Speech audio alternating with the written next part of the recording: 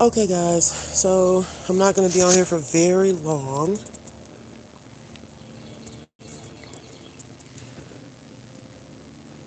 because I'm on my phone, but I just wanted to check in, give you guys an update, let you know what's going on.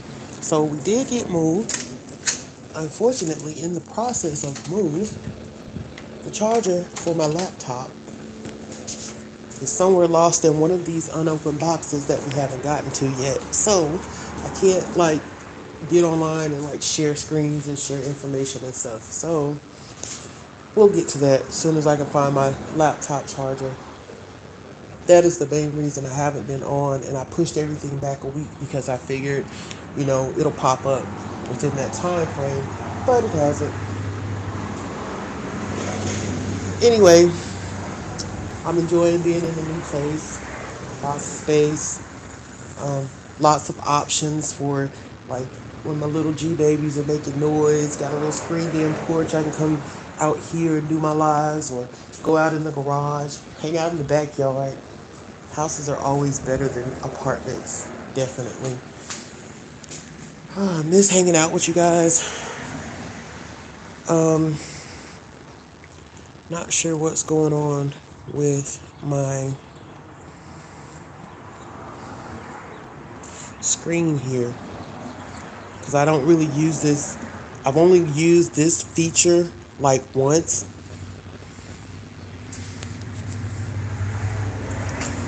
Okay. So tell me if you guys are getting an echo. I'm trying to see the live chat. Oh, that is so weird. Okay, no echo. Cool. All right. Wow, just screens into infinity. That's crazy looking.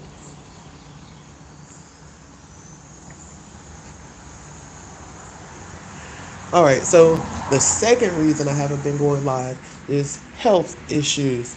So I'm probably going to actually end up in the hospital for a few days here soon, and hopefully no big deal.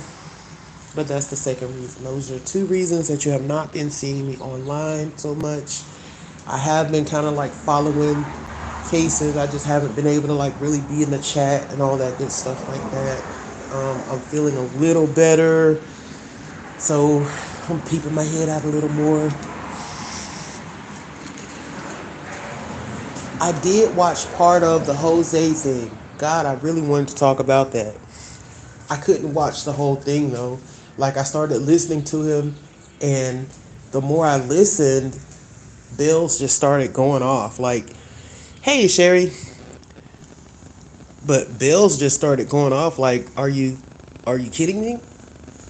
To me, it kind of seems like Jose is trying to cash in like everybody else, and he's trying to present himself as this, I don't know, the superhero of Ben Hill Road or something. Oh, I came in and I was cleaning up and I was there for Candace and I defended them against Dawn and all this extra. Instead of just saying, hey, this is what happened. I was there. I saw this. I did that. Boom. That's it. Then another thing that really just kind of turned me off to him is that I feel like if a person will just straight up lie about who the Cash App, yeah, Cash App gang. But I feel like if a person will just straight up lie about who they are essentially, then you can't trust anything else that they say. Now, when it comes to LGBTQ matters, I don't really care what anybody does. But if you listen to Jose, you can 100% hetero. Who cares? You know what I'm saying? That's his choice. But for him to me, be quite obviously, at the very least, he plays on both teams. But to just deny. If you will deny who you are essentially, then I can't believe anything else that you do. If you will deny who you are, you'll hide anything else. Buffering. So yeah, I don't put much stock in anything he says. Like He's trying to really sugarcoat himself too much. Is what I'm feeling like really trying too hard to make himself seem like the good guy. Um, this is such a weird look. The way all these windows are popped open like this. Naomi, that was kind of disappointing to hear that news. I was really kind of holding on to hope that he was one of those that no, I stepped outside the Wi-Fi range.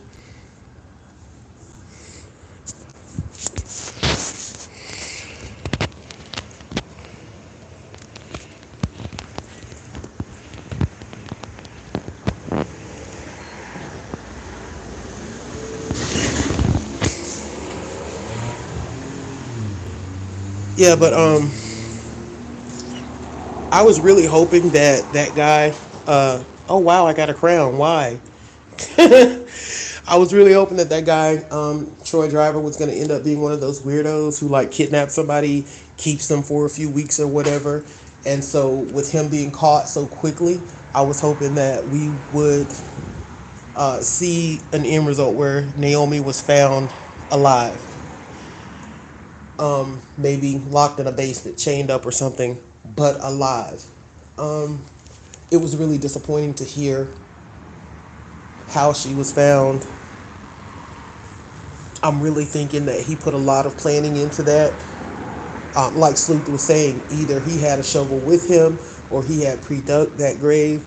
Either way, when he did what he did, he had the intention of Naomi was not coming back. This is so weird. The way his windows inside windows. I'm just really tripping on that. But yeah, that was a disappointing outcome for me. And I feel so bad for her family because I think that they were probably holding on to that same hope. Um, I really feel for her brother because being the oldest sibling, I get that whole sense of, feeling like you have to be the protector, like you're supposed to be there for your brother or sister, you know, which kind of goes back to something that Jada's sister was saying. She said she felt like um, she, if she had been there, she could have done something. She could have saved Jada, or if I had been there, I would have fought back or something, So I really feel for her brother because he's probably going through so many emotions. Like, she was here with me, living in my house. I should have been able to protect her. He's probably got all kinds of stuff going through his mind, you know. Why didn't I tell her, make sure you keep your doors locked? Or, you know what I'm saying? He's probably blaming himself on so many levels when really it's not his fault. That Troy Driver dude, I really feel like, hey PJ, I really feel like he's going to end up, um, they're going to find more bodies attached to him. I don't know why, but I'm just definitely getting serial killer vibes off him. And I think it has a lot to do with the way he so meticulously planned it. He scouted out the location. He knew where cameras were. He made sure that you couldn't see his face. He was covered. The type of clothing that he wore kind of obscured his body type some. He made it hard to identify him. So I'm I would not be the least bit surprised if they find out that he has at least two more, which will qualify him for serial killer, because it has to be three for a serial killer, and probably more. I was just watching a documentary about the Malala Forest killer, and he ended up having several bodies in the Malala Forest. It's like they found one and then they just started finding. And I would not be surprised if with Troy Driver in that area, they end up finding more people, which is unfortunate to say, but he has that vibe. And it seems like he's practiced. This was not a first time thing. A first timer is not gonna know how to avoid cameras. A first timer is not gonna be bold enough to just walk up to somebody's car and do what he did so boldly, and like fearlessly. So he's done it before. He has that confidence of knowing that he's done it before and gotten away with it. So yeah, I can do it again and get away with it. That's just an awful situation. People were talking about his bond and if he could possibly still bond out. I doubt it. With them finding a body, even though he has a bond on the kidnapping charge, they're definitely not going to let him out now because it's going to be a murder charge. So in this situation, they probably have already charged him with. They've probably already laid the murder charges on him. We just don't see it in the system yet, but he's probably already technically um, arrested for murder. If not, he's at least been held on suspicion of murder, which even if he bonded out on the kidnapping, would prevent him from actually leaving the jail because he'd still be being held on suspicion of murder. So then, even if he pays that bond, he basically is just giving away money because that suspicion of murder is going to turn into a murder charge, and he's not going to have a bond on that, or he might have an extremely high bond on that. So he'll either have to throw some more money behind it, or he won't be able to afford the bond for the murder charge. More than likely, in this case, since it's high profile, the family can't come all the way from South Africa. If I'm understanding right, the father is like a diplomat. He's probably going to have a multi-million-dollar bond um, just based on those things alone.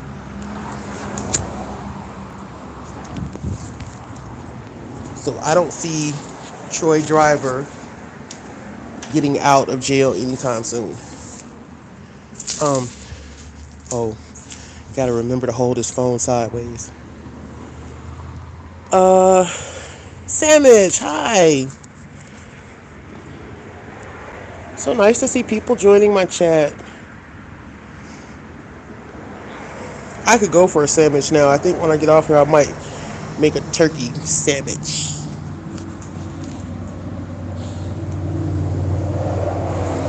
Oh yeah, guys, I am gonna end up doing a Patreon.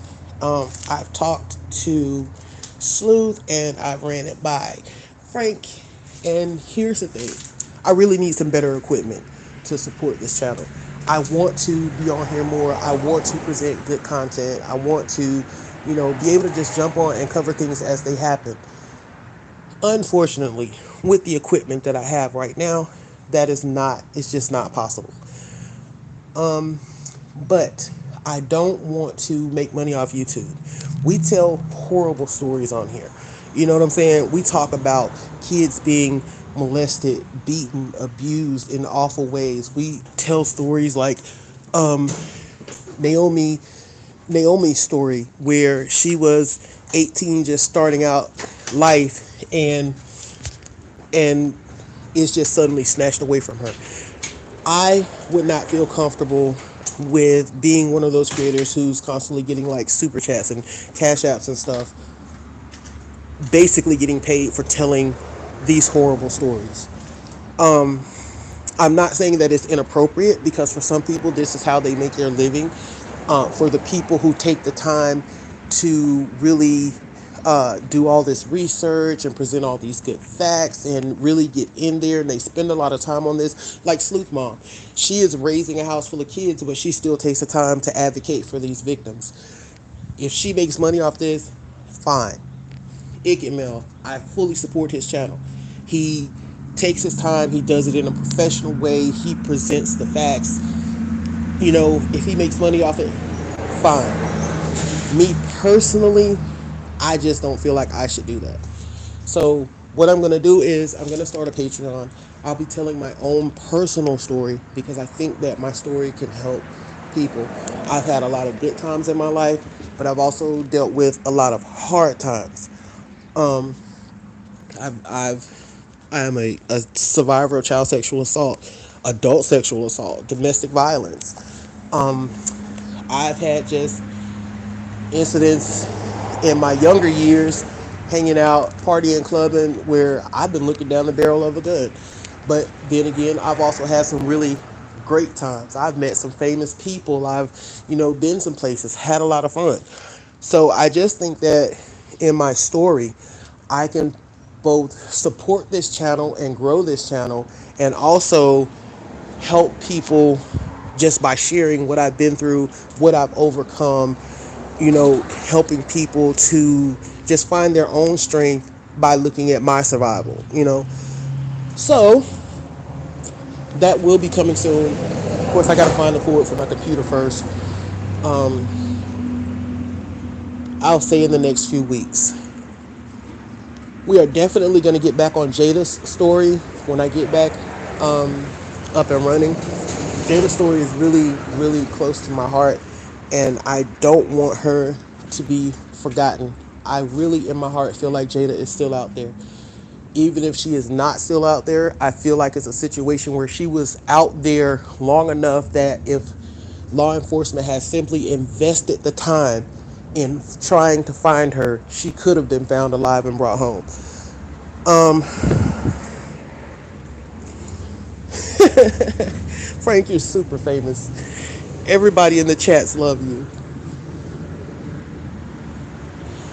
Um, but yeah, Jada is very close to my heart, and her family, her sisters, are trying to do an event for her birthday. Her birthday is July 17th, but I believe this year it falls on a Sunday, so that Saturday, which will be the 16th, is when they're planning to do like a balloon release and just a little get together for, to celebrate and bring awareness. So what I would really like to see happen is people who are in the area of Pensacola, Florida, if you can volunteer to, bring a dish, make it a potluck. If you're a DJ and you got equipment, volunteer to do the music. Um, just if you got a print shop, donate some flyers. If you're not in the area and you feel like there's something that you can help with, um, if you want to send them something, send like I don't know, whatever you send, balloons, or just something to help with to make the event all that it can be. Um, I am going to touch bases with them, get a little more detail on exactly what it is that they're trying to do, and exactly like the type of items they're going to need. Are they trying to do something for the kids? Do they need like paper plates, bounce house, or something like that? How in depth are they trying to make it?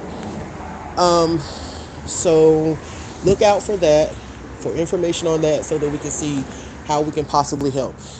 If I can, I want to make it home so that I can actually be there for that event, do some live streaming, get a live interview with like her grandma, her siblings, her friends from back then. I think that would be really amazing. I just don't know if I'll be able to actually go back home and do that. It's like 400 miles away from me. But I'm going to try. I'm definitely going to try.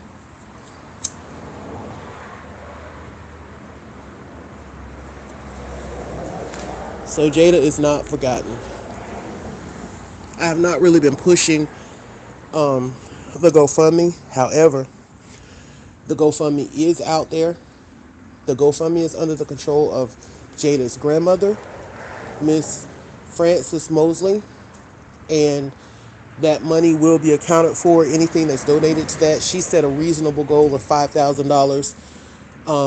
What she's trying to get right now is flyers. We've talked about billboards, but we may not need to pay for billboards. There may be a process in place where billboards can be funded through actual law enforcement. So we're working out the details on that.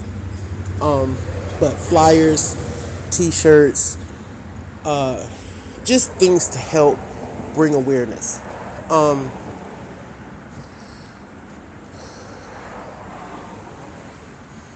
there was something else. There was something else, and I can't remember what it was. But yeah, Jada is the case that's close to my heart right now, so you'll hear me talking a lot about her in the coming weeks and months until we get some answers and some resolution on where Jada is and what happened to her. Also, there were some updates in the Cody Bigsby case. I cannot remember what they are off the top of my head. And since I'm on this phone, I don't want to try to search it because I'm really not used to using this phone and screen sharing. So I don't want to like do something weird and it messes up.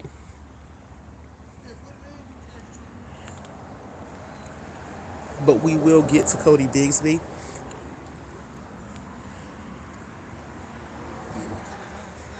Basically, I just wanted to check in, let you guys know I'm still here and why I haven't been on. Um, that's pretty much it. I miss you guys. I love you all. No, because it's more than one thing. I was actually watching uh, Chris Thorne's, I think it is. I watch his show a lot, so I'm thinking it was him. And he went over a few points in the Cody Bigsby case. I want to say not last week, but the week before, because I think it was right before we moved. So it's more than one thing that he was talking about. I'll actually have to go back and rewatch his show. I have it like bookmarked in my computer. But yeah, I just wanted to check in with you guys, spend some time with you guys. I really miss hanging out. I really miss, who is that? Chris Thorne's. Chris Thorne's is a YouTube creator. He does true crime, and he gives it to you blood raw. It's his channel is called The Chris Thorne's Show. I think I have it in my featured channels. If I don't, then I will, when I get off here, I will put him in my featured channels because I really like his presentation style. Watching his videos is kind of like sitting down and just hanging out with a friend because he's really interactive with his chat. It's like having a conversation. Like I said, he's really interactive with his chat. He really tries to, get information. And if you find something and you send it to him, he might not get to it right then on the spot because he works a full-time job, but he will definitely get to it. Okay, he's not there. When I get off here, I will put him in my featured channels. But his channel is called The Chris Thorne's Show. His icon is yellow, and it's like one of those, you know how they take a portrait and make it like a comic or a cartoon? It's him. Bald black guy with a goatee on a yellow background.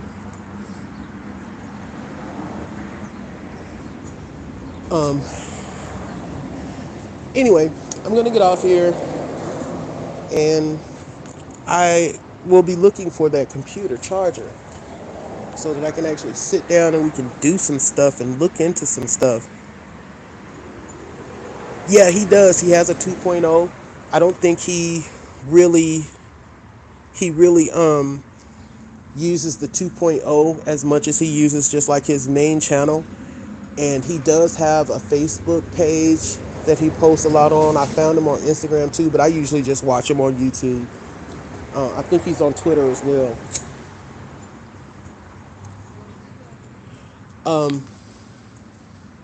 Yeah, he's one of my favorite creators. You guys, I will get back at y'all. If I have to, then I'll just do it again on the phone. I might do a practice live so I can get used to using the phone for right now and like pulling up screens and stuff so that we can do some stuff, because I really want to talk about the Bakersfield girls. I want to extend that out because it's not just Bakersfield. If you guys want to go back in my videos, I think it was in November, I did a video about girls going missing in Bakersfield. And all the girls that are going missing are like between 13 to like 16. They're height-wise, they're relatively petite.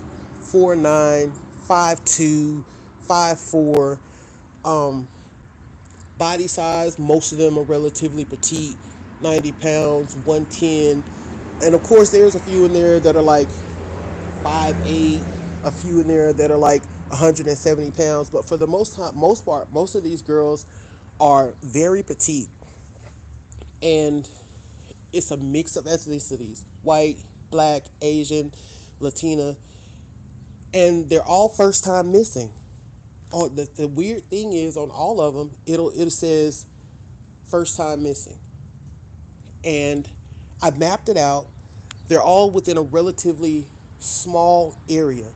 Like some of them are literally around the corner from the other, 5 minutes walking distance.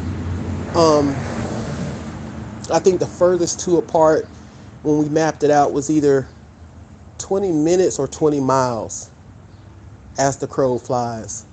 So, like I said, a very relatively small area.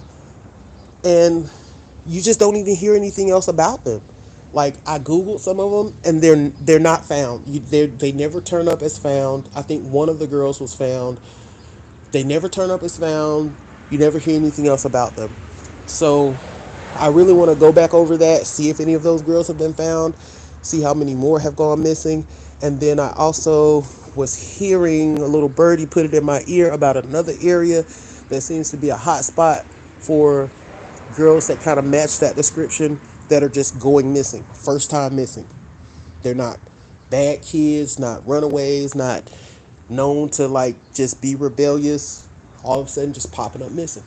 So I'm gonna figure out how to present on this phone so that we can look more into that. Guys, thanks again for joining me. And I really am going to get off of here this time. I really am. I will be looking forward to seeing y'all. If Sleuth goes live tonight, I'll be in the chat. Love y'all, and I will see you next time.